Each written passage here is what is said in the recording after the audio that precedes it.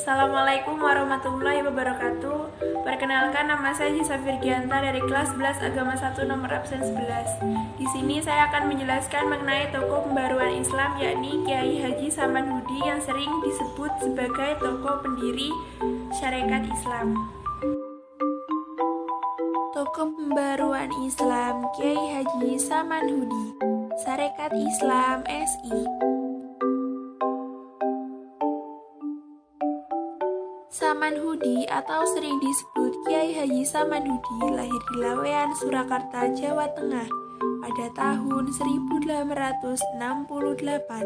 dan meninggal di Klaten, Jawa Tengah pada tanggal 28 Desember 1956. Adalah pendiri Syarikat Islam, sebuah organisasi massa di Indonesia yang awalnya merupakan wadah bagi para pengusaha batik di Surakarta. Nama kecilnya ialah Sudarno Nadi.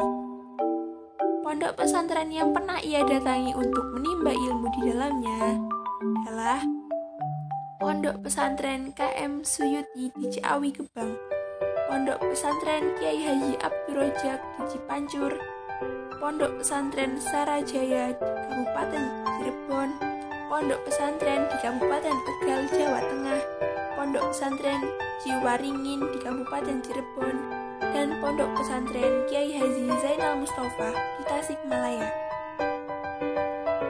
Ia sangat takdim terhadap guru-gurunya, terlebih terhadap Asy Syahid Kiai Haji Zainal Mustafa.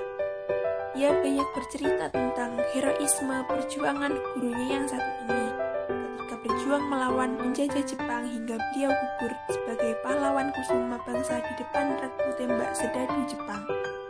Ketika makbaroh gurunya ini telah dipindahkan ke Taman Pahlawan Sukamanah, Tasikmalaya. Dalam dunia perdagangan, Saman Hudi merasakan perbedaan perlakuan oleh penguasa Hindia Belanda antara pedagang pribumi yang mayoritas beragama Islam dengan pedagang Tionghoa pada tahun 1905. Oleh sebab itu, Saman Hudi merasa pedagang pribumi harus mempunyai organisasi sendiri untuk membela kepentingan mereka. Pada tahun 1905, ia mendirikan Syarikat Dagang Islam untuk mewujudkan cita-citanya.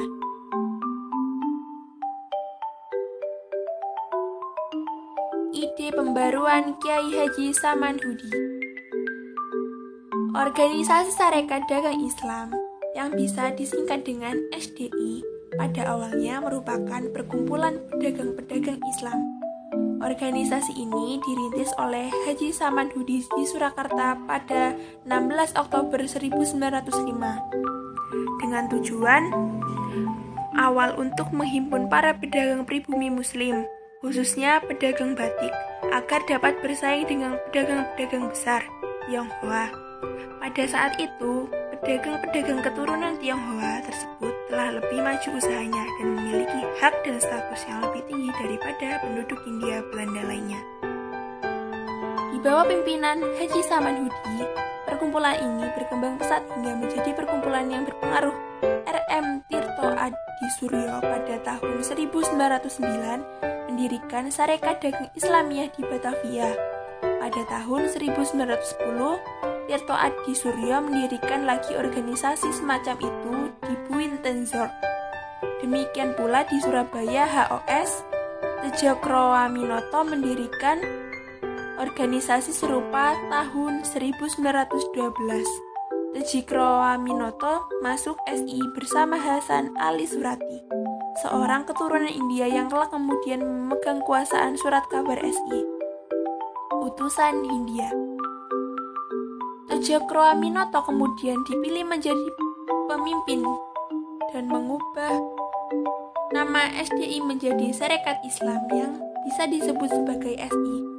Pada tahun 1912 oleh pimpinannya yang baru Haji Omar Said Tejokroaminoto, nama SDI diubah menjadi Syarikat Islam. Hal ini dilakukan agar organisasi tidak hanya bergerak dalam bidang ekonomi, tetapi juga dalam bidang lain seperti politik. Jika ditinjau dari anggaran dasarnya, dapat disimpulkan tujuan SI sebagai berikut. Yang pertama, mengembangkan jiwa dagang. Yang kedua, membantu anggota-anggota yang mengalami kesulitan dalam bidang usaha. Yang ketiga, memajukan perdagangan dan semua usaha yang mempercepat naik derajat rakyat. Yang keempat, memperbaiki perdagangan-perdagangan yang keliru mengenai agama Islam. Yang kelima, hidup menurut perintah agama. Berikut merupakan potret bersama rapat SI di Kaliwung. Hadir para anggota Kaliwung, Peterongan, dan Melaten, serta anggota Asosiasi Staf Kereta Api dan Tram VSTP di Semarang.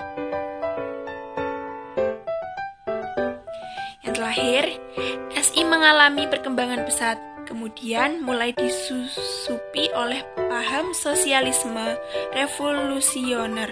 Paham ini disebarkan oleh H.J.F.M. Snevely yang mendirikan organisasi ISDV pada tahun 1914.